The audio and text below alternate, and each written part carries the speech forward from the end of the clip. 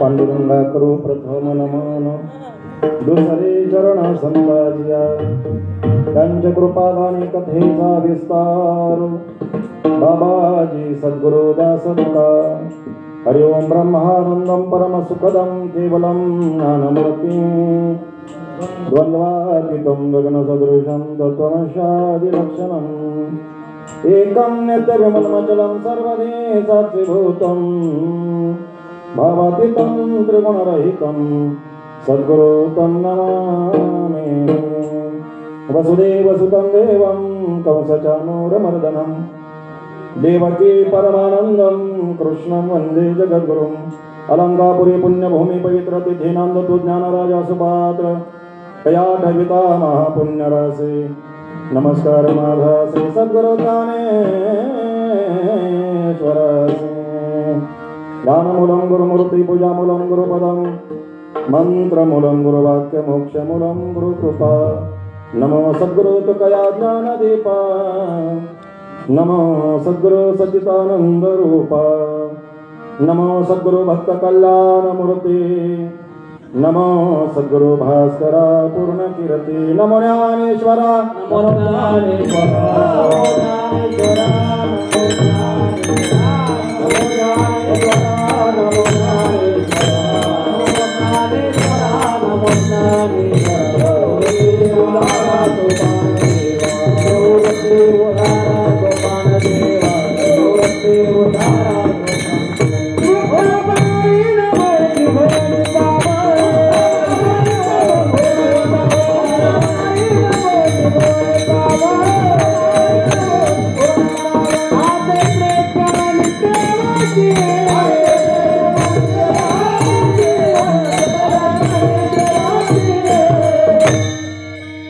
नमो ज्ञानेश्वरा नमो ज्ञानेश्वरा निवृत्ती उदार सुपान दिवा मुक्ताबाई नमो त्रिभुवन पावनी आद्यत्रय जननी देवाची काय माझी वाणी मानेल संतासे रंजवू चित्तासी आपुलिया जयांचे केलिया स्मरण होय सकल विद्येच्या धिकरण तेचे बंधु श्री चरण श्री गुरूंचे ते नमस्कार आता करारे बापानो साधन हरीचे जनी करणीचे करू नका प्रस्तुत प्राप्त प्रसंगी सेवे करता दाखवलेला अभंग वारकरी संप्रदायाच्या शांती ब्रह्म या नावाने जे ओळखले जाणारे आहे स्वर करा हात बांधून कसं जमवणार विढाला विढाला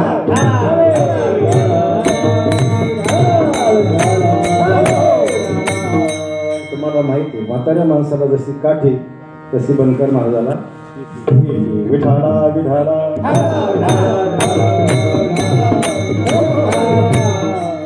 नाथ बाबांचा 5 चरणाचा हरिपाठामधील हा गोड अभंग चिंतन करता आज आपण दाखवलेला आहे।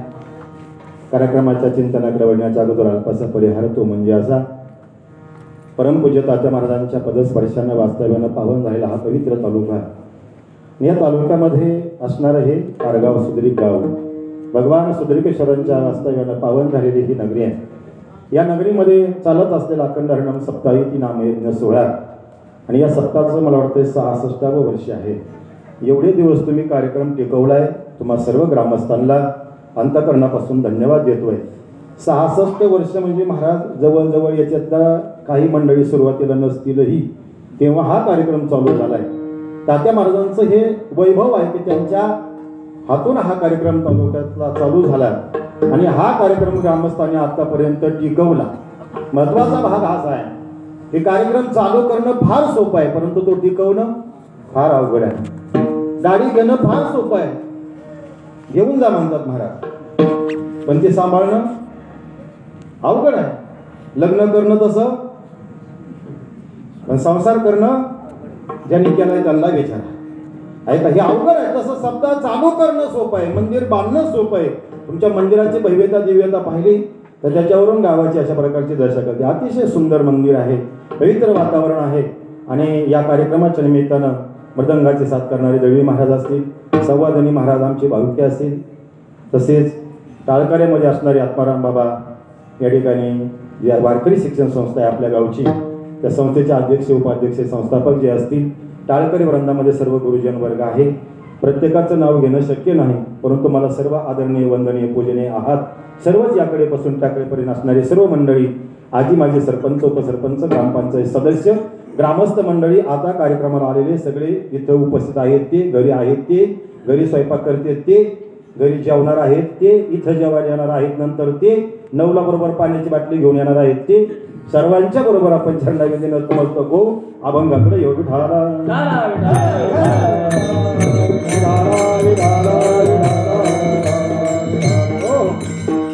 66व्या वर्षामध्ये पदार्पण करत असताना तिसऱ्या दिवसाची शिवा माझ्यासारख्या लेकराकडे आपण सोपवलेली आहे. साऊंड सिस्टीम अतिशय तोला मोलाची आहे. आपण सर्वजण या ठिकाणी ग्रामस्थ मंडळी, टाळकरी, माळकरी, विनेकरी, पारेकरी, गावकरी मंडळी, सर्व साधक वृंद असणारी, सर्व अधिकारी वर्ग असणारा, सर्व वारकरी वर्ग, आपल्या सर्वांच्या चरणामध्ये नतमस्तक होऊन अभंगाकडे यायचं आहे. विठाला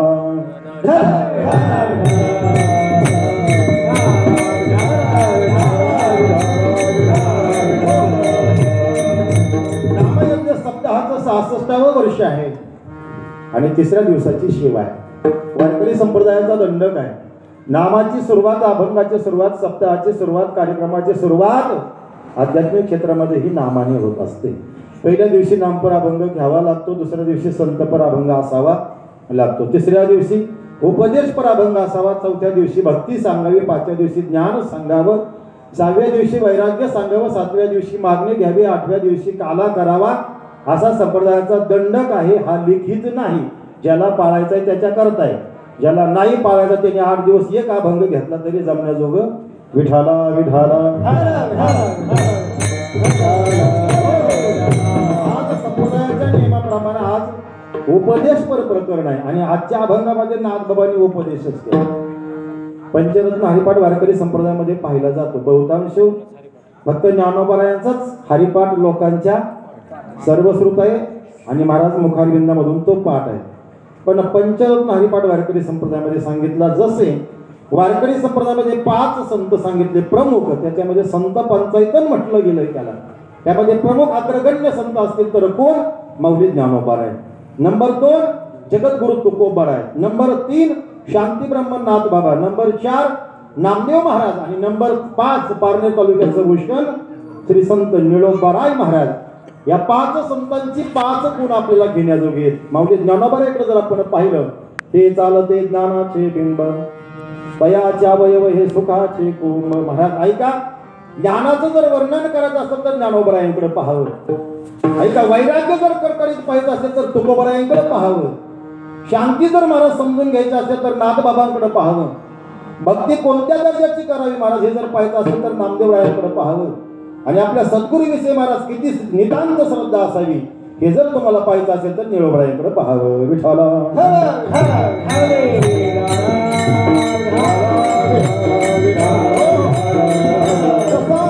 वारकरी संप्रदायामध्ये 5 संत अग्रगण्य आहेत. तसे एरवी अनेक संत आहेत महाराज. अनेक संतांची परंपरा लाभलेला हा महाराष्ट्र आहे. पण 5 प्रमुख संत आहेत. तसं पंचरत्न हरिपाठ आहे, त्याच्यामधला असणारा एक नाथबाबांचा हरिपाठ आहे. त्याच्यामधील हा अभंग आहे, करा रे बापानो. नाथबाबांचा हरिपाठ हा सांगत असताना नाथबाबांना खूप खाली येऊन बोलावं लागलं. साधन हरीचे. नाथबाबा आपल्याला करायला सांगतात. काय सांगतात? हरीचं साधन करा म्हणतात. ज्या अर्थी एक गोष्ट करायला सांगतात त्या अर्थी त्याच्या पाठीमागे एक मुद्दा येतो की एक गोष्ट करायची नसते महाराज. ऐका, म्हणजे माळ घालायला जर सांगितले तर त्याच्या पाठीमागे व्यसन करायचं नसतं, हे ते येतच असतं महाराज. हे सांगण्याची गरज नाही. तसं करा रे बापांनो साधन हरीचे म्हटलं की मग काय करू नका, जनीकरणीचे करू नका. मग हरीचं साधन करा, जनीकरणीचे करू नका म्हणजे काय महाराज? ऐका, भगवान परमात्म्याचं साधन करा आणि परमात्मा प्राप्तीचं सोडून जेवढी काही साधन आहे ते जनीकरणीचे हे करू नका. मग कोणतं साधन करावं? जेणे नाही जन्म यमाची यातना. नाथबाबा सांगतात जेणेकरून त्या जीवाला जन्माला यावं लागणार नाही असं काहीतरी तुम्ही साधन करा. जेणे नाही जन्म यमाची यातना ऐसिया साधना करा काही. ऐसिया साधना करा काही. कोणत्या? जेणे नाही जन्म यमाची यातना असं काहीतरी साधन करा. कोणतं साधन आहे महाराज ते? साधनाचे सार मंत्र बीज हरी. अनेक साधन आहेत भगवत प्राप्तीचे, पण त्याच्यातलं सार स्रोत जे साधन आहे ते मंत्र बीज आहे, अर्थातच बीज मंत्र आहे. हे सर्व साधनाचं सार आहे. आत्मतत्व धरे तोची एक, अशा प्रकारचं नाथबाबा सांगतात. मग त्या नामचिंतनाची त्या साधनाची फलश्रुती काय आहे महाराज? कोटी कोटी यज्ञ नित्य ज्याचा नेम. त्या साधनाची फलश्रुती आहे. ते साधन जपल्यानंतर, ते साधन घेतल्यानंतर त्याची फलप्राप्ती सांगितली. 2 कोटी वेळे यत्न केल्यानंतर जेवढी फलप्राप्ती आहे पुण्याची, तेवढी नाम साधन एकदा घेतल्यानंतर त्याची फलप्राप्ती आहे. कोटी कोटी यज्ञ, डबल शब्द आला महाराज. नित्य ज्याचा नेम एक हरिनाम जपतागडे. एवढं त्या नामचिंतनाचं साधनाची फलश्रुती आहे. आणि एवढं आतापर्यंत 5 मिनिटामध्ये 7 मिनिटामध्ये सांगितलं. नाथ बाबा म्हणतात याच्यावर कोणत्याही प्रकारचा तुम्ही काय करा, संशय घेऊ पर्याने विश्वास ठेवा आणि संशय विश्वास ठेवा. एका जनार्दनीनं घ्यावा संशय. कशावर? हे माग जेवढं सांगितलं एवढ्यावर. एका जनार्दनी न घ्यावा संशय निश्चयशी होय हरिरूप. हरिमुखी गाता हरपली चिंता. त्या नाही मागोता जन्म घेणे, त्या नाही मागोता जन्म घेणे. जेणे नये जन्म यामाची साधन. असा त्याचा समन्वय आहे. विठाला विठाला विठाला.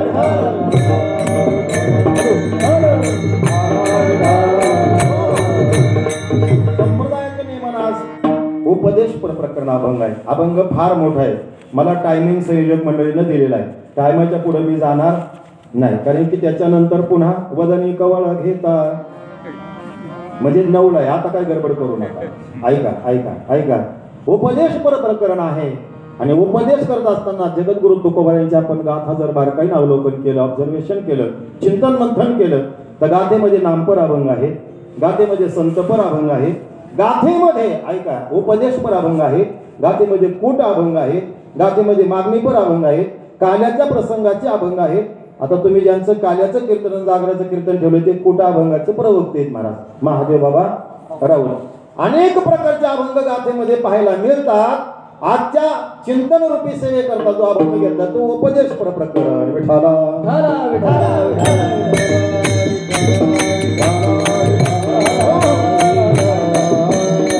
उपदेश करत असताना उपदेश कोणी करायचा असतो आणि उपदेश कोणाला करायचा असतो, 2 मुद्दे लक्षात घ्या. येतो मी अभंगाकडे. आता ऐका, उपदेश कोणी करायचा आणि कोणाला करायचा. ऐका, अनाधिकारी व्यक्तीने जर उपदेश केला तर तो फलद्रूप होऊ शकत नाही, आणि अधिकारी व्यक्तीने जर तो उपदेश केला तर वायाला जाणार नाही. उपदेश करणारा अधिकारी असावा लागतो आणि ज्याला उपदेश करायचा आहे तोही त्या तोला मोलाचा असावा लागतो. कोणी कोणाला जर उपदेश करायला गेलं, मी आलो तुमच्या पारगावमध्ये म्हणलं गावातले सगळे कुत्रे धरून मारून टाका, कोण ऐकन माझं?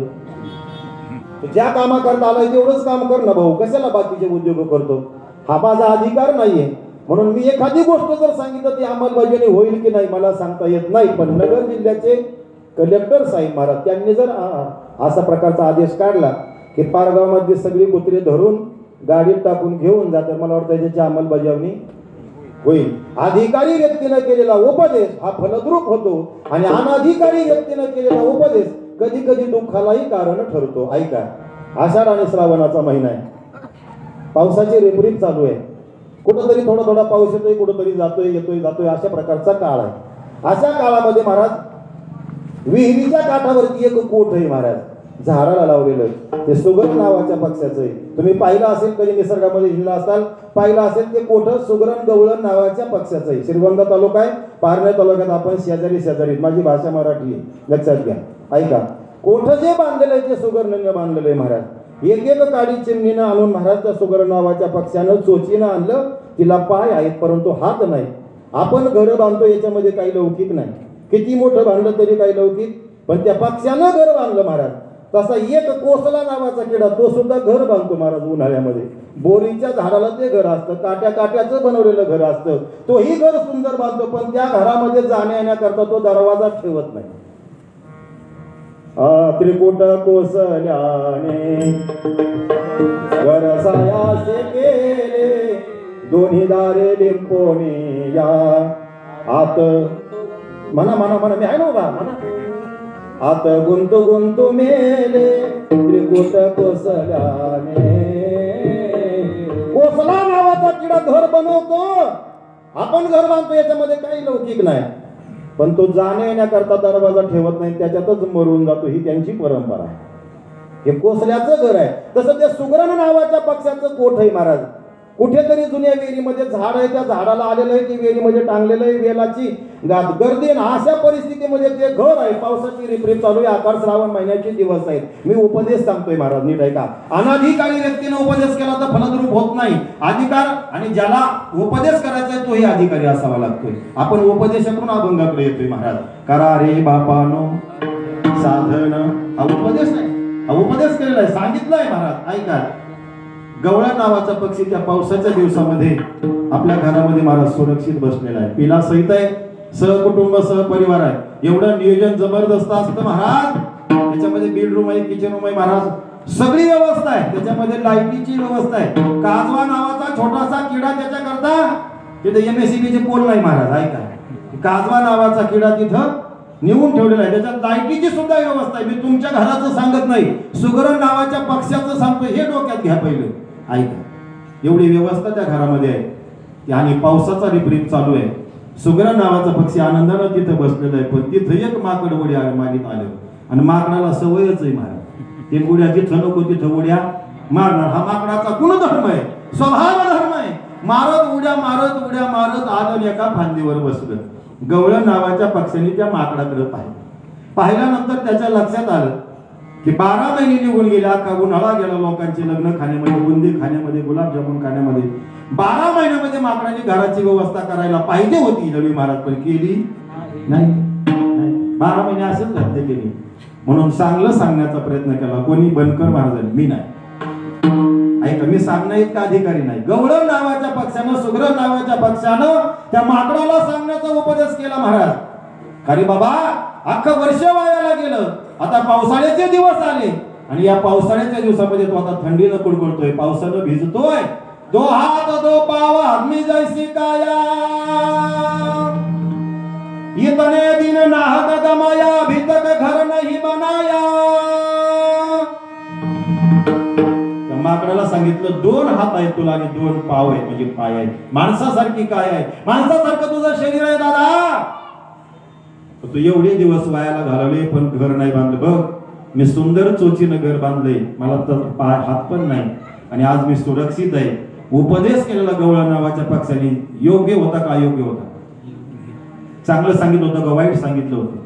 पण चांगलं सांगणाऱ्याची काय हाल होते, अजून 2 मिनिटं थांबा, मग सांगतो तुम्हाला. चांगलं सांगणाऱ्याची हाल काय होते सांगतो. ऐका ऐका, चांगलाच उपदेश होता, योग्यच उपदेश होता, हिताचंच सांगितलं होतं, त्याच्या भल्याचं सांगितलं होतं, त्याच्या कल्याणाचं सांगितलं होतं. पटलं का माकडाला? पटत का? नाही पटणार. नाही पटलं माकडाला. माकड म्हटलं, मला उपदेश करते, एवढा पक्षी आहे, एवढा पक्षी मला उपदेश. अहंकार, ऍटिट्यूड महाराज काही काही जागा होतो, युगो जागा होतो, मला उपदेश करते. त्या झाडावरून महाराज खाली आलं, खालच्या फांदीवर आलं महाराज. होतं ते कोट, ती फांदी मोडली, ती फांदी जमिनीवर टाकून देऊन टाकली. घर राहिलं का गेलं महाराज. सुगरण नावाच्या पक्षाने चांगला उपदेश करण्याचा प्रयत्न केला, पण चांगलं सांगणाऱ्याचं घर सुद्धा मोडलं गेलं. ऐका, म्हणून बोध करना सज्जन को, दुर्जन को कभी नहीं करना. दुर्जन को बोध करना तो खुद की झोपड़ी तोड़ लेना. बोध करायचा असेल ना महाराज, कोणाला केला पाहिजे? ऐका, पण देवाने विचार केला महाराज. थोडस भगवद्गीतेकडे या. भगवंतानं महाराज भगवद्गीतेमध्ये गीता सांगत असताना देवाने अर्जुनाची निवड केलेली आहे. बाकी गीता अर्जुनाचे निराजे, गीता प्रकाश श्रीराजे, संसारा एवढे थोर ओझे फिरले या जगाचे.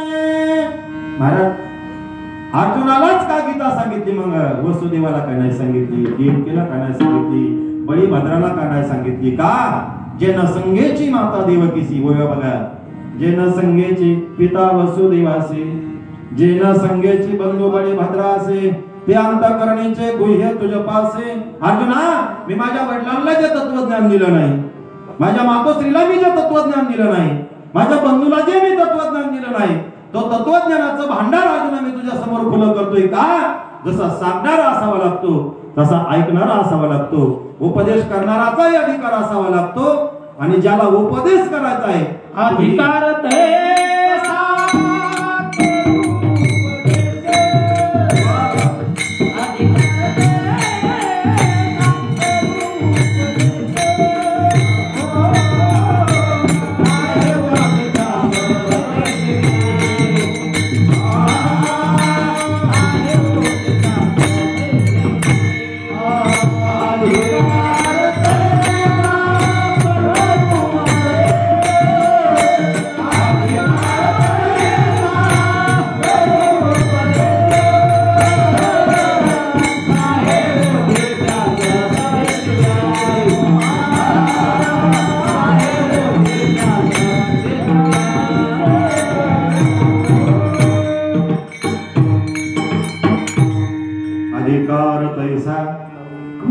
उपदेश साहित्यास किंवा साहित्य ओझेत्यास पैसे येऊ.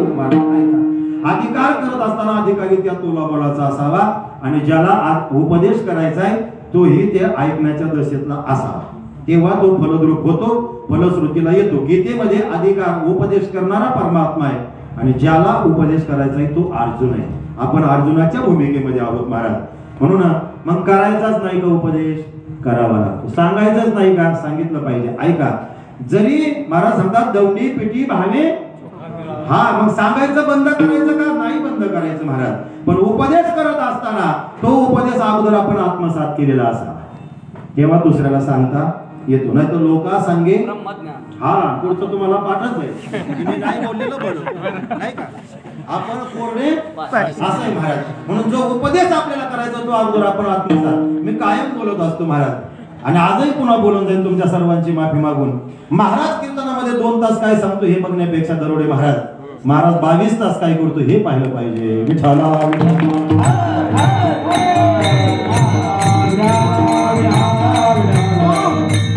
जगद्गुरु तुकोबरायाने अनेक ठिकाणी उपदेश करण्याचा प्रयत्न केला महाराज. आता तरी पुढे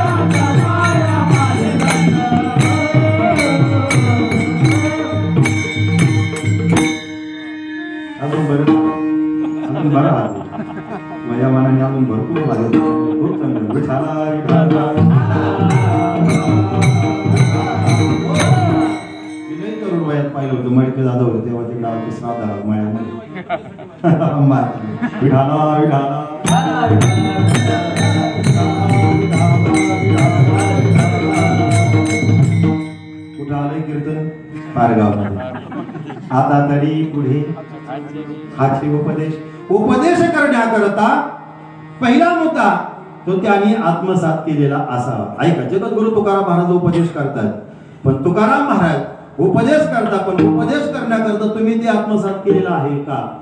आता जगद्गुरु तुकोबरायांचा अधिकार पाहण्याचा अधिकार आपल्याला नाही, हे पहिले लक्षात घ्या। आपण त्यांचा अधिकार पाहू शकत नाही, पण तुकोबराय ज्यावेळेस उपदेश करतात त्यावेळेस तुकोबरायांनी ते इथून पाठीमागे 4 जन्मामध्ये केलेले महाराज बघा। कृतयुगामध्ये भक्त प्रल्हादाच्या रूपाने भगवत चिंतन केलेलं आहे, त्रेतायुगामध्ये महाराज अंगदाच्या रूपाने भगवत चिंतन केलेलं आहे, द्वापार युगामध्ये महाराज उद्धवाच्या रूपाने भगवत चिंतन केलेलं आहे, कलियुगामध्ये 12व्या शतकामध्ये नामदेव रायाच्या रूपाने चिंतन केलेलं आहे, आणि 16व्या शतकामध्ये जगद्गुरु तुकाराम महाराज ते 5वा अवतार आहे। जगद्गुरु तुका अवतार नामयाचा।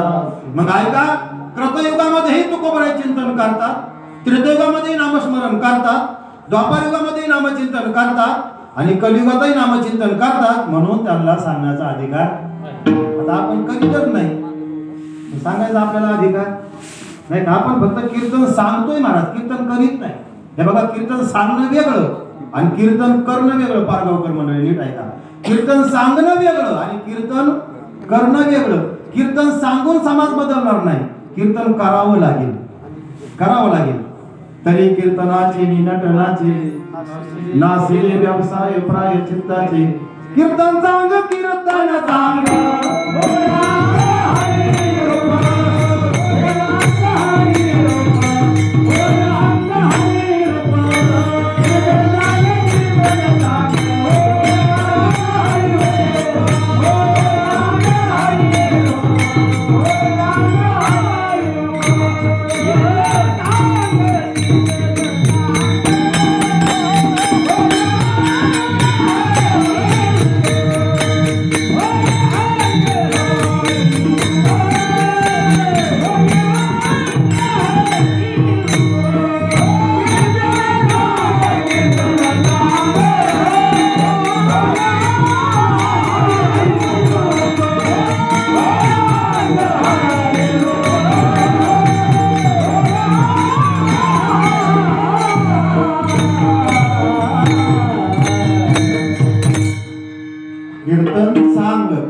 सांगणं वेगळं। पाहुणे या ग्रंथ करावे पाहुणे या ग्रंथ करावे कीर्तन। कीर्तन सांगणं वेगळं आणि कीर्तन करणं वेगळं।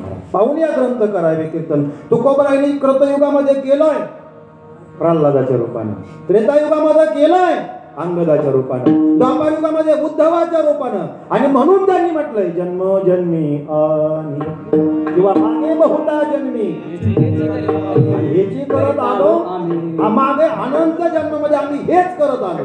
बरं ठीक आहे तुकाराम महाराज, मागच्या जन्मामध्ये हे करत आलात इथपर्यंत आम्हाला मान्य आहे, पण आता वर्तमान काळामध्ये काय करता? ते म्हणले वर्तमान काळात आम्ही तेच करतो। एक गाव आम्ही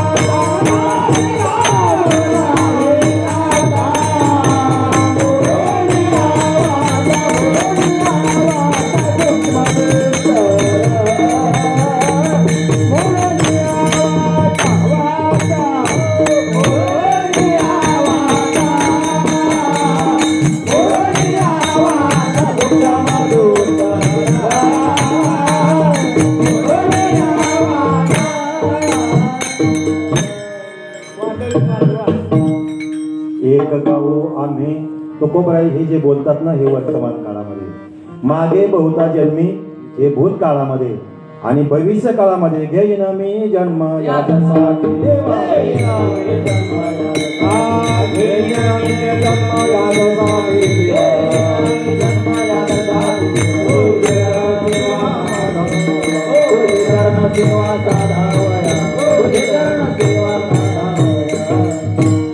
ऐका, तुकोबराईने भूतकाळातही भगवत चिंतन केलंय, वर्तमान काळातही भगवत चिंतन करतात, आणि भविष्य काळामध्ये येणं झालं तर त्याच्या करताच येऊ म्हणतात. तीनही काळामध्ये ज्यांचा विषय परमात्मा आहे त्यांना सांगण्याचा अधिकार आहे. बास, संपला मुद्दा. मला अजून अभंगाकडे यायचंय महाराज. 8 वाजलेले तर आपण येणार महाराज, काळजी करू नका. कारण की अभंग सोडवायचाच नाही. का बरं सोडवायचं नाही? तो बांधलेलाच नाही तर सोडी टाकू का? अभंग आपण बांधून ठेवलाय ना महाराज. अभंग कुठं सोडायचा? एक वाक्य बोलो का? अभंग सोडवायचं नसतो, अभंगाप्रमाणे आपल्याला सुटायचंय महाराज. विठाला विठाला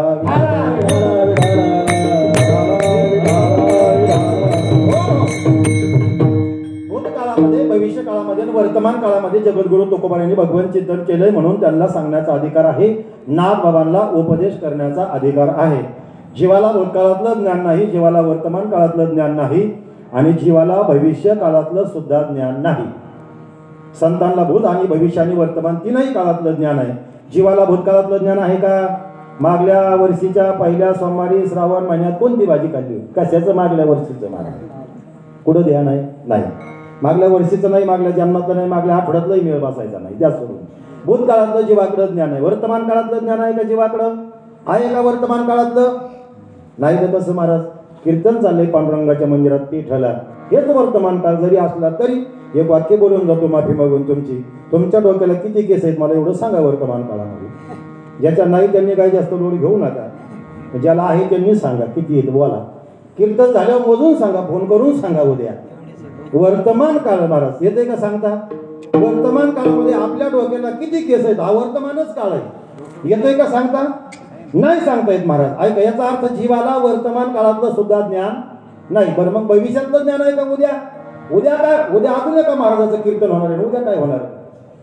ऐका, जीवाकडं भूतकाळातलं ज्ञान नाही, वर्तमान काळातलं ज्ञान नाही, भविष्य काळातलं ज्ञान नाही.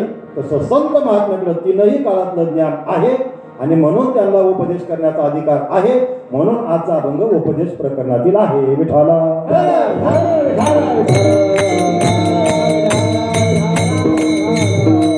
काय उपदेश केले महाराज? करा रे बापानो, हा उपदेश आहे. साधन, साधन करा म्हणतात ते. कशाचं?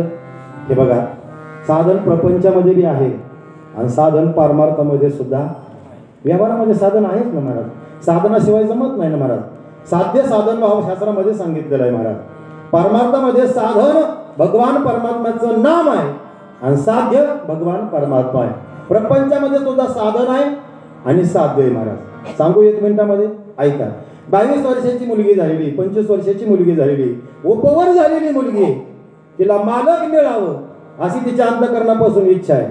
म्हणून मालक हे साध्य आहे, आणि मालक मिळण्याकरता आलेल्या पाहुण्यांना चहा पाणी नाश्ता करणं हे साधन आहे. ऐका, आलेल्या पाहुण्यांना चहा पाणी नाश्ता जेवण करणं हे साधन आहे. पण हे साधन करण्याच्या पाठीमागे हेतू काय आहे? साध्य आहे महाराज, मालकाची प्राप्ती. पण आता मालकही मिळाला, लग्नही झालं, आता साधन बदललं आणि साध्यही बदललं. लक्षात ठेवा, आता जो साध्य मालक होता तो मालक आता साध्य नाही राहिला, तो मालक आता साधन बनला. मालक मिळाला पण आता साधन मालक आहे, पण साध्य आहे महाराज पुत्र प्राप्ती. बदललं की नाही? पूर्वी जे महाराज साध्य होतं ते आता साधन झालं, आणि आताचं साधन मी मराठीत बोलतोय ना, पण ऐका, साध्य साधन भाव आहे. प्रपंचामध्ये साध्य साधन बदलतं, परमार्थामध्ये साध्य साधन बदलत नाही. नामा परते साधन नाही,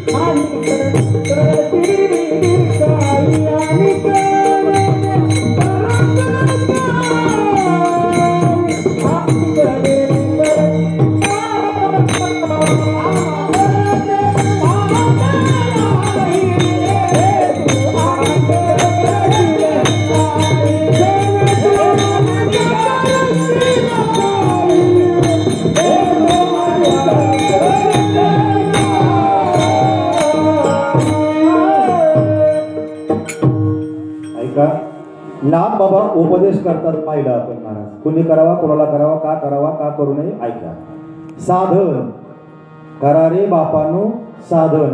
साधन या शब्दामध्ये दोन मुद्दे आहेत महाराज. एक प्रापंचिक साधन आणि एक पारमार्थिक. एक भौतिक साधन आणि एक आध्यात्मिक साधन. भौतिक साधन महाराज बदलत असतं आणि पारमार्थिक साधन मात्र बदलत नाही. ऐका, कलियुगामध्ये महाराज भगवत प्राप्तीचं उत्तम साधन आहे. निळोबरायांचा गोड अभंग आहे. नाना साधनाच्या परितज्ञा पावती. किंवा महाराज जगद्गुरु तुकोबरायांचा अवघ्या वाटा झाल्या. महाराज कलियुगामध्ये भगवत प्राप्तीचं उत्तम साधन काय आहे? नाम.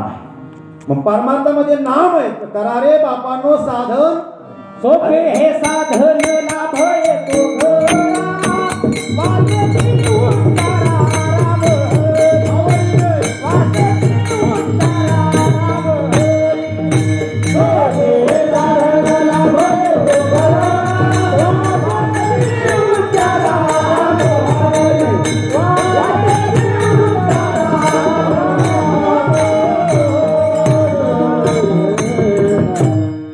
व्यवहारामध्ये साधन बदलतंय पण परमार्थामध्ये साधन आहे का?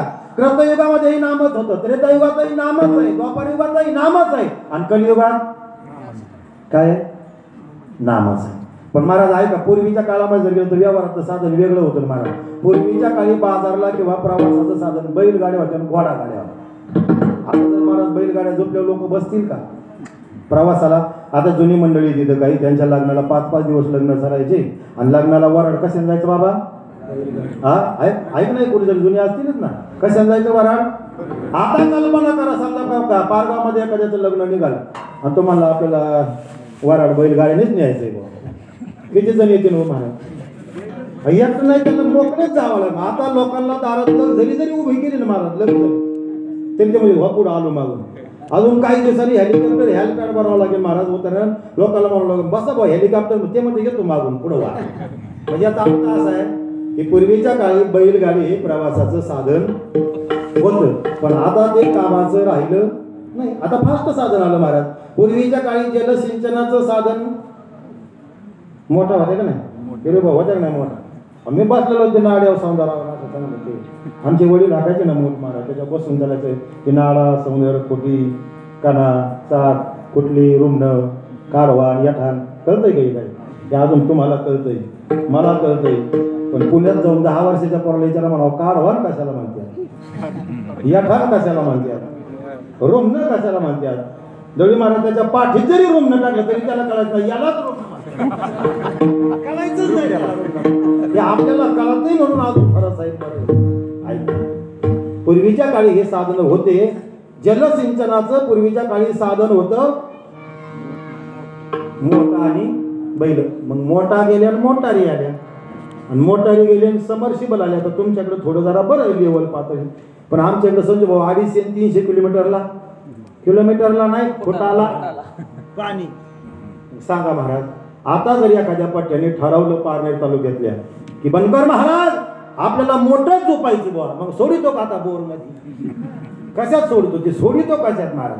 ऐका ना, 250-300 फुटावर पाण्याची पातळी आमच्याकडे जाते, तुमच्याकडे बरं आहे. ऐका, आताच नाही सांगत पावसाळ्यात, आता वाड्याचे पाणी चाललंय, उन्हाळ्यातलं सांगतो. ऐका, मग जलसिंचनाचं साधन महाराज मोठा होत्या मोटारी होत्या, जलसिंचनाचं साधन बदललं, समर्सिबल आला. तसं परमार्थामध्ये सुद्धा साधन महाराज कृतयुगामध्ये तेच आहे, त्रेतायुगामध्ये तेच आहे, द्वापारयुगामध्ये तेच आहे आणि महाराज कलियुगामध्येही तेच आहे महाराज. कुळाचार नाम विठोबाचे, विठोबाचे कुळाचार नाम विठोबाचे,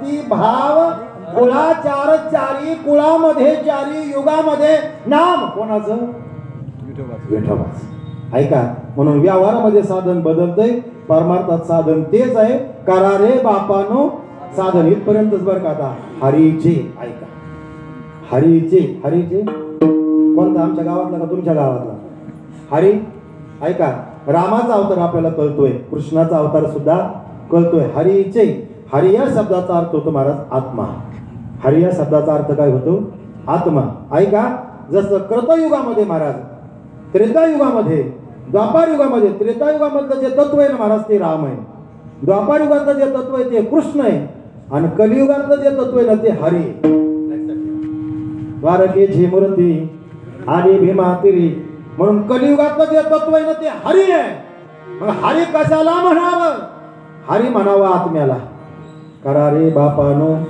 साधन हरीचे साधन करा म्हणजे आत्म प्रगट होण्याच्या आत्मतत्वाचं साधन करा कसं काय महाराज ऐका भागवताकडे या थोडी आत्मा परम प्रिय हरी त्याचे नाम कीर्तीचा हर्ष भारी भागवत वर्णन करतोय आत्माच परम प्रिय हरी आत्मा म्हणजेच हरी त्याचे नाम कीर्तीचा हर्ष भारी आत्म्याचं प्रकट करण्याचं साधन नाम सबाई आगंतरी हरी प्रगट कळतंय ना ऐका आत्माच हरी आहे आणि हरी म्हणजेच आत्मा आहे त्याच्या प्राकट्य करण्याचं साधन हे नाम आहे नामानं हरी प्रगट होतो हृदयी प्रगटे राम रूप प्रगटे या शब्दाला अंडरलाईन करा प्रगट करण्याचं आत्मा प्रकट करण्याचं आत्मप्राकट्य करण्याचं साधन नाम आहे आणि म्हणून करा रे बापानो साधन हरीचे याचा अर्थ असा आहे की तुम्ही नाथ बाबा सांगतात तुम्ही जन्माला येऊन हे करा तुम्ही आत्मप्राप्तीचं साधन करा पहिल्या चरणात करा रे बापानो साधन हरीचे करा रे बापानो साधन हरीचे करा रे बापानो साधन हरीचे करा रे बापानो साधन हरीचे करा रे बापानो साधन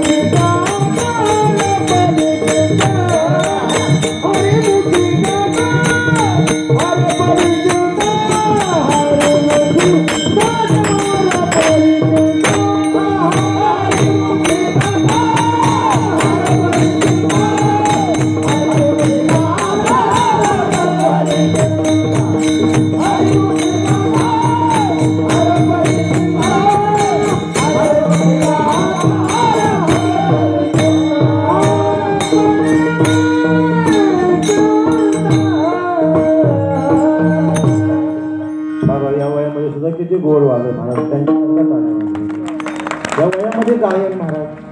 चांगल्या तरुणाला मेळ बसाना महाराज ऐक हा पितामह या लहान लहान लेकरांकरता टाळ्या वाजवा एकदा कुळी कन्या पुत्र होती जी त्यांच्या आई वडिलांकरता टाळ्या वाजवा धन्य माता पिता याची या पण ते मालकरी असले पाहिजे बरं का, त्यांचे आई वडील. हा पोर दे विठाला.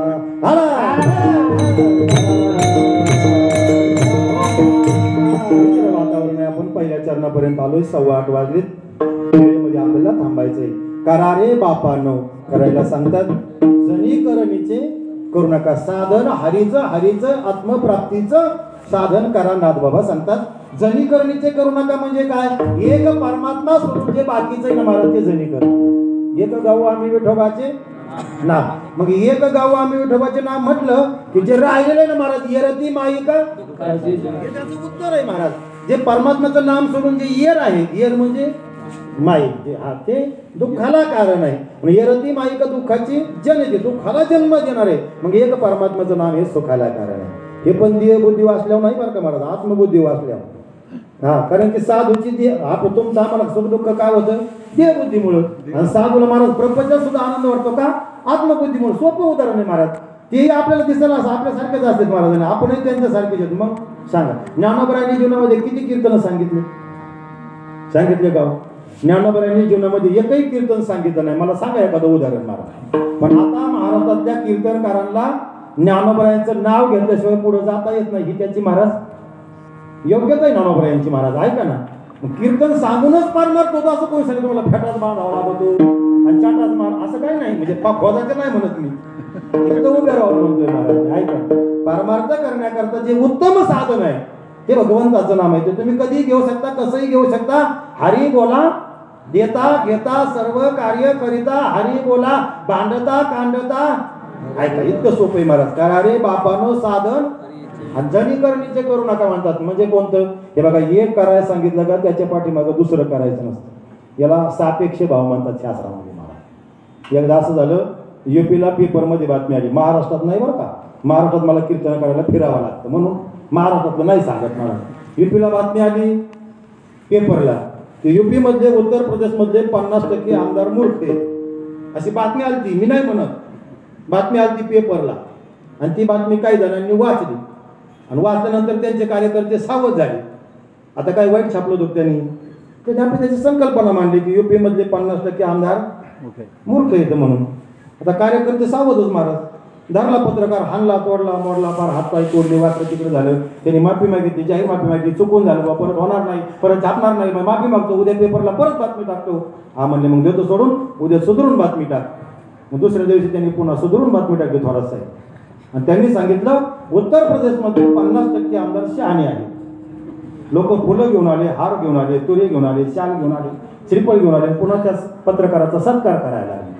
आता काल त्यांनी मूर्ख म्हणून तर त्याला हानमार झाली आणि आज त्यांनी शहाणे म्हटलं त्याचा सत्कार झाला. पण त्यांनी आज सुद्धा 50% मूर्खच ठरवले होते. पण इतक्या लांब कोण जातच नाही बघायला. त्यांनी सांगितलं होतं 50% शहाणे येतात. त्यांनी कालचीच बातमी सांगितली की 50% आहेत. जाऊ द्या, जनीकरणीचे करू नका म्हणजेच करा रे बापांनो हरीचे हे करा म्हणजे ते करू नका असंच ते सांगायचं होतं. विठाला विठाला विठाला.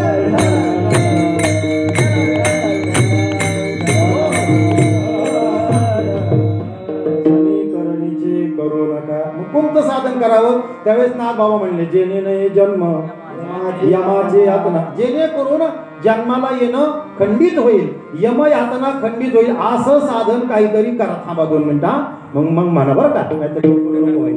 2-5 मिनिटं थांबा. ऐका, जेणे नये जन्म यमाची यातना.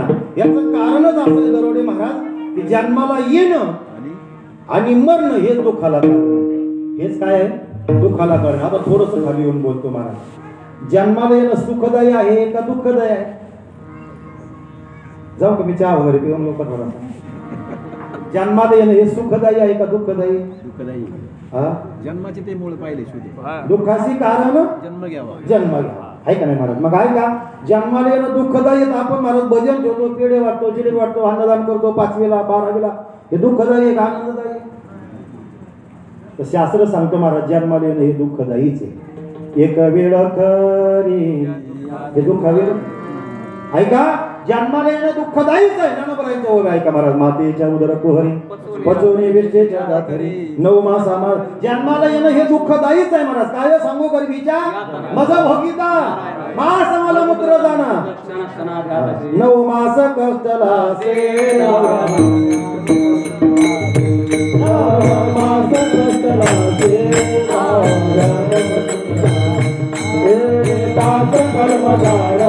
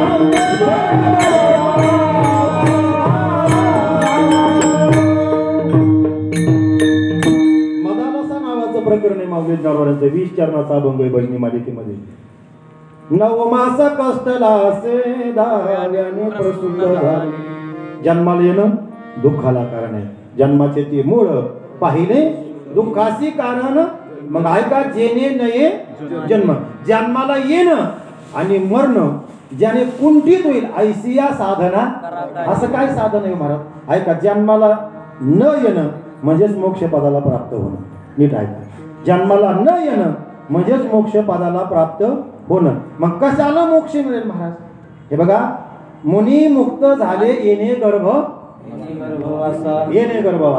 गर्भवासा मग मुक्त होणं म्हणजे जन्माला न येणं मग कशाने मुक्ती मिळेल महाराज मुखी नाम हाती मोक्ष ऐशी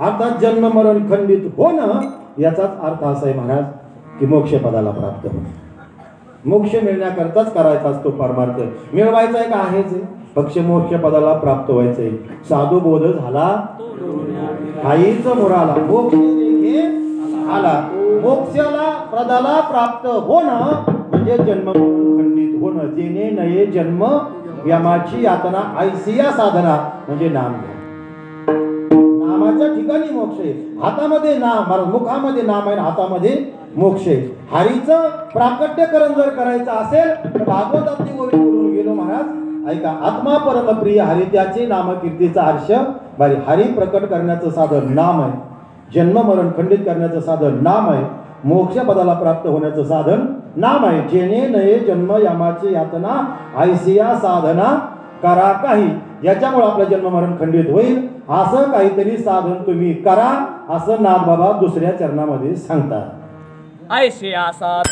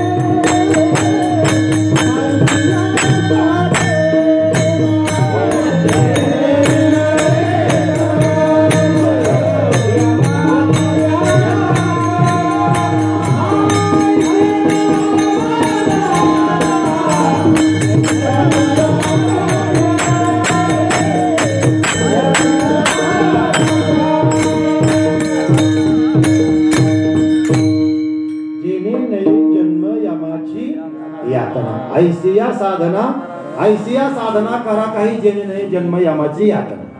याच्यामुळे जन्माची यातना भोगावी लागणार नाही. म्हणून ऐका, काही लोकांचा समज आहे महाराज, तुम्ही म्हणता माळ घातल्यानंतर तुम्ही नाही मारणार का, म्हणजे माळकरी मारणार नाही का, माळकरी जाणार आणि बिगल माळकरी जाणार. पण माळकरी करता महाराज भगवान महाविष्णूचे दूत येतात आणि सर्वसामान्य जीवा करता यमदूत येतात महाराज. मग जेणे नये जन्म यामाची याच्या करता विष्णूचे दूत येण्याकरता भगवत चिंतनच करावं लागतं, नामस्मरणच करावं लागतं. जेणे नये जन्म यमाची यातना ऐसिया साधना. असं काय साधन आहे बा महाराज, असं काय साधन आहे, ते भगवान परमात्म्याचं नाम आहे. विठोबा रखुमाई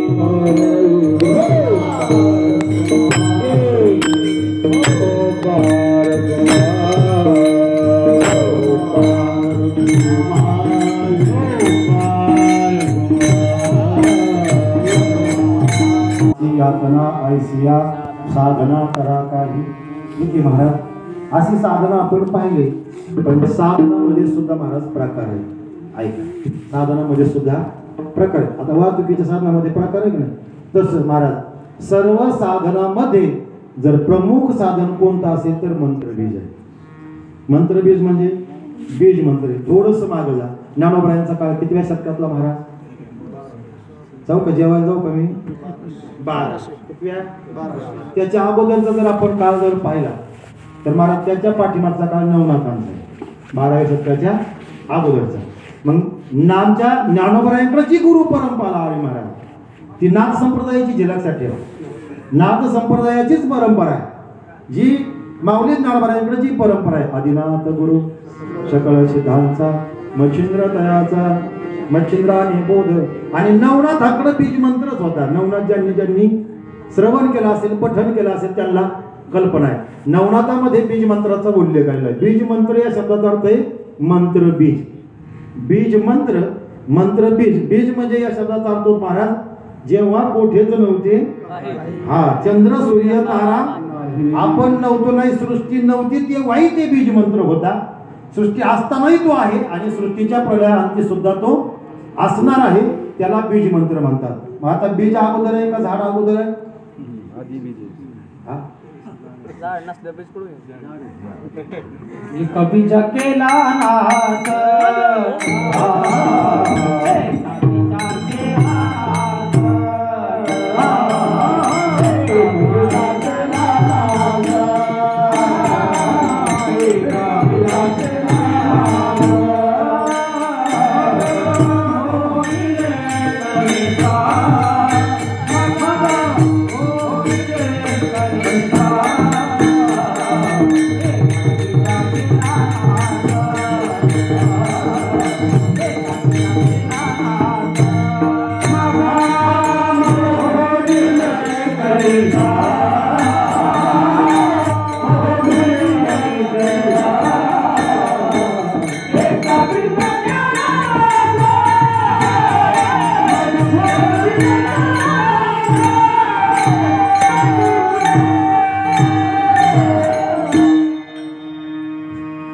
एका बीजा मग भोगली. मुद्दा असा होता, बीज अगोदर आहे तर झाड अगोदर आहे. ऐका, महाराज म्हणले झाड नसलं बीज कुठून येईल.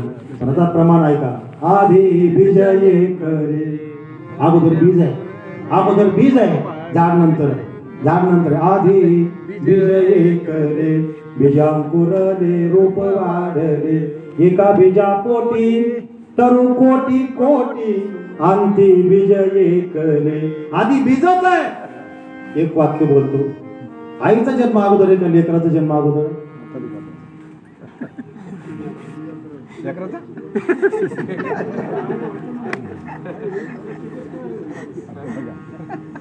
तुम्ही ठरवतो, मी एकाच वेळेस आईचा आणि लेकराचा जन्म एकाच वेळेला आहे. जोपर्यंत लेकरू नाही तोपर्यंत बाई, ताई तोपर्यंत. ऐका, आणि ज्या टायमाला लेकरू झालं त्या टायमाला दाखवायला लेकरू म्हणून आई. जोवर लेकरू दाखवायला नाही तोवर आई कशाची? मग लेकरू झालं म्हणून आई आहे. आणि ऐका, आणि लेकराचा जन्म कधी आहे? लेकरू झालं तेव्हाच जन्म आहे ना त्याचा. पण आई या शब्दाचा आणि लेकरू या शब्दाचा एकाच टायमाला, इकडं लेकरू आणि इकडं आई महाराज. जोपर्यंत लेकरू नाही तोपर्यंत आई नाही. आणि लेकरू दाखवलं का आई ठरते. आणि आई ठरायचं असेल तर लेकरू दाखवावं लागतं. आई जर ठरवायची असेल तर काय दाखवावं लागतं. हा बोधपुत्र निर्माण झाला जेव्हा माता म्हातारी मरून गेली तेव्हा. आईचा आणि लेकराचा या दोनही शब्दाचा जन्म एकाच टायमाला आहे. तसं बीज अगोदर आहे म्हणून साधनाचे सार मंत्र बीज हरी आत्मतत्व धरी महाराज. तोच एक सर्व साधनाचं सार जर काय असेल तर ते बीज मंत्र आहे. जो नवनाथामध्ये होता तोच परंपरेने आपल्यापर्यंत आला. नागबाबांकडे आला, ज्ञानोबरायांकडे आला. म्हणून साधनाचे सार मंत्र बीज हरी.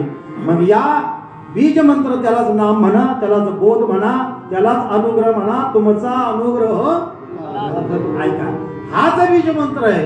मग या बीज मंत्राची फलश्रुती काय महाराज. या नामचिंतनाची फलश्रुती काय महाराज. त्याची फलश्रुती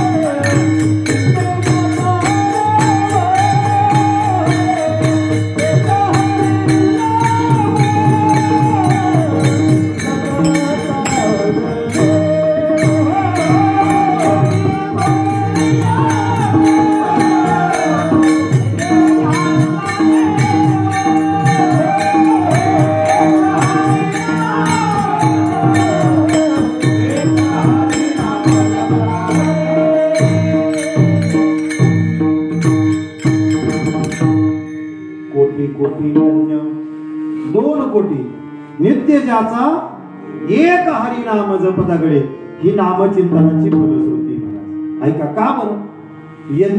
यज्ञ करायचं सोपं नाही. थोराच आहे. यज्ञ पूर्वीच्या काळी केले जायचे. योग यज्ञ जप तप कर्म कांड यज्ञ यागादी कर्म. यज्ञ करणं सोपं आहे. जिथं यज्ञ करायचा आहे ती जागा अगोदर नांगरून घ्यावं लागते. नांगराने, लोखंडाच्या नाही. हा कशाच्या. आता ही अंगठी हातात मिळाला घालायला तर सोन्याचा नांगर पुरवण्याचा दरोडे मारे. जिथं तुम्हाला यज्ञ करायचा आहे ती भूमी अगोदर कशाने नांगरावं लागती. आणि मग तो यज्ञ चालू होत असताना त्या यज्ञामध्ये आहुती देत असताना हातीच्या सोंडेसारखी गावरान तुपाची. आता खायलाच महाराजांना पंक्तीला मिळाला महाराज. आहे का नाही महाराज. तुपच मिळाला खायला. मिळाला तरी ते शुद्ध मिळाला खायला. ऐका एवढं यज्ञ करणं अवघड आहे. मग योग करणं तरी अवघड आहे का महाराज. सोपं आहे का. योग करणं सुद्धा सोपं नाही.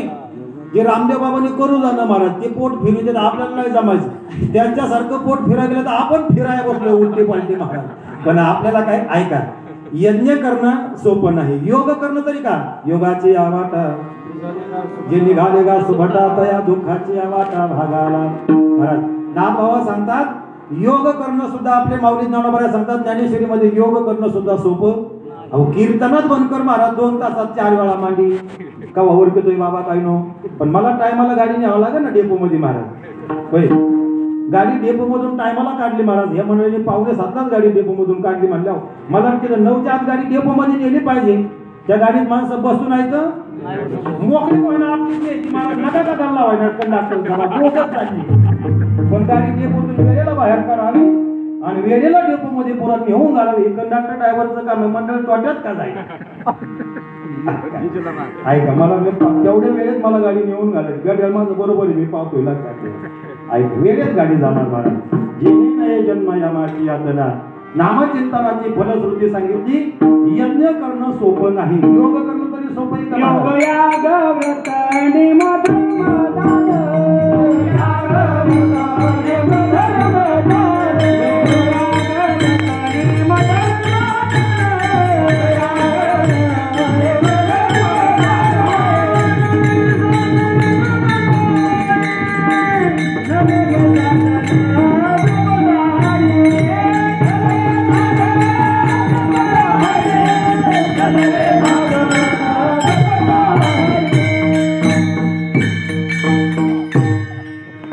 कलियुगामध्ये हा ते आज भारी काम आहे. विठाला विठाला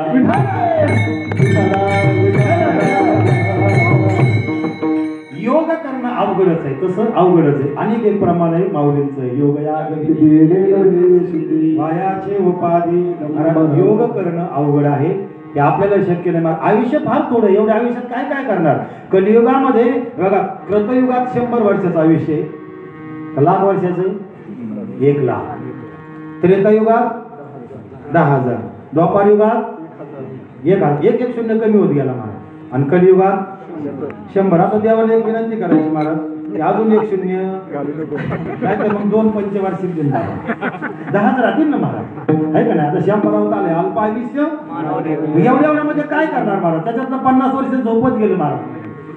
काय भजन असे 50 झोपत गेलं महाराज. राहिलं 50. त्याच्यातलं 20 बालपणात गेलं. राहिलं 30. त्याच्यातलं 20 संसार करण्यात गेलं. राहिलं 10.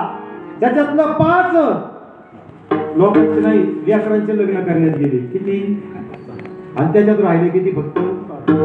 त्याच्यात रांजणगाव ग्रामपंचायत लागली आमच्या गावची. ते म्हणलं आपल्याला सरपंच होता इथं बघू जमन. त्याच्यात 5 गेले ना निघून महाराज. मग काय भजनाशी कधी योग करणार, कधी जप करणार, कधी तप करणार, कधी यज्ञ करणार, कधी महाराज तुम्ही ऐका योग याग कधी करणार. करता येणार नाही. म्हणून कलियुगामध्ये उत्तम साधन दिलं महाराज. कलियुग हरिचा नामे कलियुग हरिचा नामे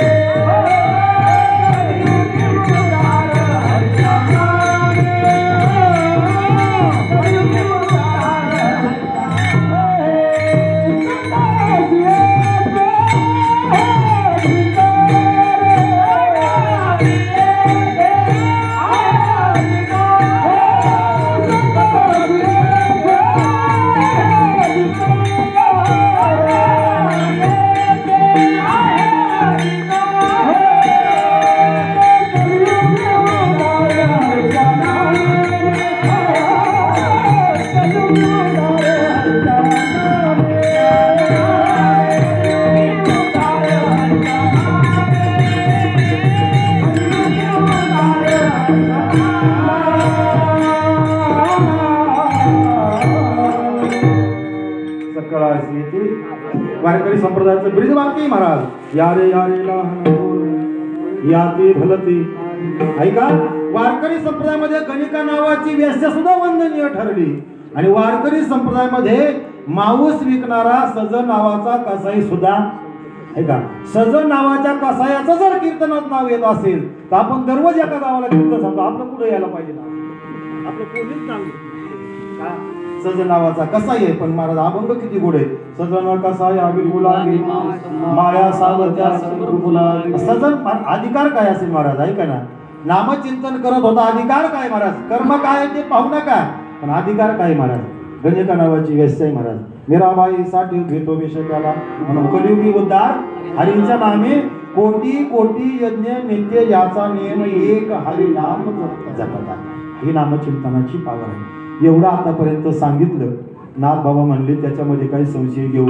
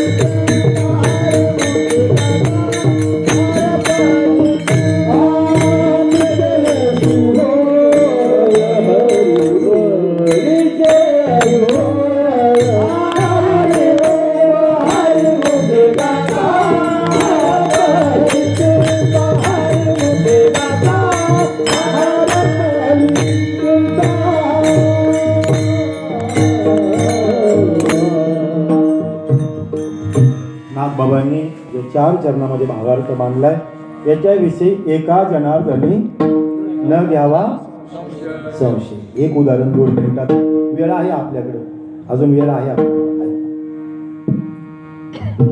एका गावामध्ये एक ताई आणि भाऊ राहत होते. 15 वर्ष लग्नाला झाली, पण संतती नाही पोटी. दुःख होतं महाराज अंतःकरणामध्ये की पुत्र प्राप्ती नाही. दोघं पण राहत होते. खालच्या खोलीमध्ये ते राहत होते आणि वरती एक मजला मोकळा होता, रूम मोकळी होती. कॉलेजचे 2 मुलं आले, म्हणले ताई खोली मिळेल का भाड्याने? श्रीगोंद्यासारखं शहर मिळेल म्हणले, काय हरकत नाही. ठरलं भाडं वगैरे, ते मुलं राहायला लागले महाराज. बहिणीसारखं त्या ताईला मानला आणि एक दिवस त्या ताईकडे आले आणि विचारलं, ताई किती वर्ष झाली लग्नाला? 15 वर्ष. मुलगा नाही आम्हाला, पण आम्ही नवरा बायको एवढे प्रेमाने राहतो. 15 वर्षामध्ये कधी भांड्याला भांडं लागलं नाही, कधी आमचं भांडण, एवढं आमचं प्रेम आहे. मुलं म्हणले, ताई चांगल्याची भांडणं होते, तुमची नाही झाली अजून, चांगली गोष्ट आहे. मग भांडणं जर लावून दिले तर काही नाही, हे चांगलंच आम्हाला. ऐका तुमच्या दोघांचे भांडणं जर लावून दिले तर? ते म्हणले असं कदापि होणं शक्य नाही. 15 वर्षात आमचे भांडणच झाले नाही. दोघं उभा आहेत त्यांचे पती पत्नीचे, आमचे भांडणं होणारच नाही. ते मुलंच होते कॉलेजची महाराज, वर भाड्याने राहत होते दुसऱ्या रूमला, भाड्याने त्यांच्याच रूममध्ये. मग भांडणं जर लावून दिले तर काय पैसे देणार? 5,000 रुपये. किती दिवसाची मुदत? 1 आठवड्याची. 1 आठवड्यामध्ये जर तुम्ही आमच्या उभयता पती पत्नीचे भांडणं लावून दिले तर किती 1,000 रुपयाची पैसे? कुठं मला द्यायचे होते का, तेव्हा घ्यायचे होते का? सांगाय काय मग 50 लाख काही सांगता येईल मला, नाही का? पण आपल्या हिशोबात सांगितलं बरं. मी याच्यातलं सांगतोय, ऐका नीट, नाही तर तुम्ही अजून लांब जाताल पुन्हा. विठाला विठाला विठाला 5,000 रुपयाची पैन झाली. ठरलं, मुलांना 8 दिवसाची काय दिली? मुदत दिली. ऐका, आणि मुदत दिल्यानंतर 2 दिवस पोरांनी जाऊन दिली. आणि पोरं सकाळी 11ला कॉलेजला जायचे आणि संध्याकाळी 5ला यायचे. आणि साहेब सकाळी 9ला ड्युटीला जायचे आणि संध्याकाळी 6ला यायचे दरोडे मारा. पोर एक दिवस कॉलेजमधून दुपारी 2लाच घरी आले. घरी आल्यावर ताई एकटाच होत्या, म्हणजे ताई चहा ठेवा. काय नाही ठेवलं जा. पोरांना आज लवकर आले कॉलेज, म्हणून काय नाही आलो मग त्यांनी. काय विषय म्हणलं? काहीच नाही. म्हणले मग बोला, चहा वगैरे झाला. म्हणले ताई बोलायचं काहीच नाही, पण काल नगरला गेलो कोहिनूर दुकानामध्ये. श्रीगोंदा सांगू बघा याच्यामध्ये? श्रीगोंदा बरं, श्रीगोंदा गेलो बघा. आणि तिथं गेल्यानंतर काल भाऊ भेटले होते आम्हाला, म्हणजे मगर मालक. तिथं त्यांनी 2-2, 3-3 हजाराच्या चांगल्या 2 साड्या घेतल्या. आम्ही बी आम्हाला कपडे घेतले, चहा पाणी झालं. ते त्यांच्या मार्गाने निघून गेले, आम्ही आमच्या मार्गाने पुन्हा कॉलेजला निघून गेलो कपडे घेऊन. एवढं सांगितलं, एवढी चर्चा झाली, चहा घेतला आणि पोरं पुन्हा कॉलेजला निघून गेले. 6 वाजता साहेब घरी आले. तर साहेबांचा नियमच होता, आल्यानंतर गरम पाण्याने हात पाय धुवायचे. ठेवलं का पाणी गरम व्हायला? ते म्हणजे हाताने घ्यायचं आजपासून. कोणी सांगितलं? बंद कर, मार झालं नाही. गृहमंत्र्यांनी सांगितलं साहेबांना, काय पाणी गरम वगैरे काय नाही, हाताने घ्यायचं. हाताने घ्यायचं म्हणजे काय? कुठं झालं बॉ नेमकं? एवढं भांडण विकोपाला गेलं, एवढं भांडण विकोपाला गेलं, फार दाराधरी हाणामारी नवरा बायकोची व्हायची. तेवढ्यात पोर आली, ताई थांबा. काय झालं? कामून भांडता? कामून भांडता म्हणजे? तुम्ही सांगितलं काल यांनी 2 साड्या घेतल्या. मी त्यांना विचारलं आल्या त्या साड्या कुठं नेल्या? ते म्हणले मी घेतल्याच नाही. घेतल्याच नाही म्हणल्यावर संशयाला जागा झाली. पोरं तर म्हणते साड्या घेतल्या आणि हे म्हणतात घेतल्या. मग घेतल्या तर गेल्या पुढं. इतकं मी खोलून सांगितलं पाहिजे का तुम्हाला? ऐक, काय झाला तयार? घेतल्या होत्या का साड्या? साड्या घेतल्याच नव्हत्या. पण पोरांनी असं म्हटल्यामुळं गोंधळ उडाला. मग त्यांनी सांगितलं ताई थांबा, भांडू नका. भाऊनी साड्या घेतल्याच नव्हत्या. म्हणले मग तुम्ही करता? तुम्ही मला 8 दिवसाची मुदत दिली, 3 दिवसातच कार्यक्रम झाला. कशाने? संशय. एका जनार्दनी न घ्यावा संशय, निश्चयशी होय हरिरूप ज्ञानेश्वर माऊली.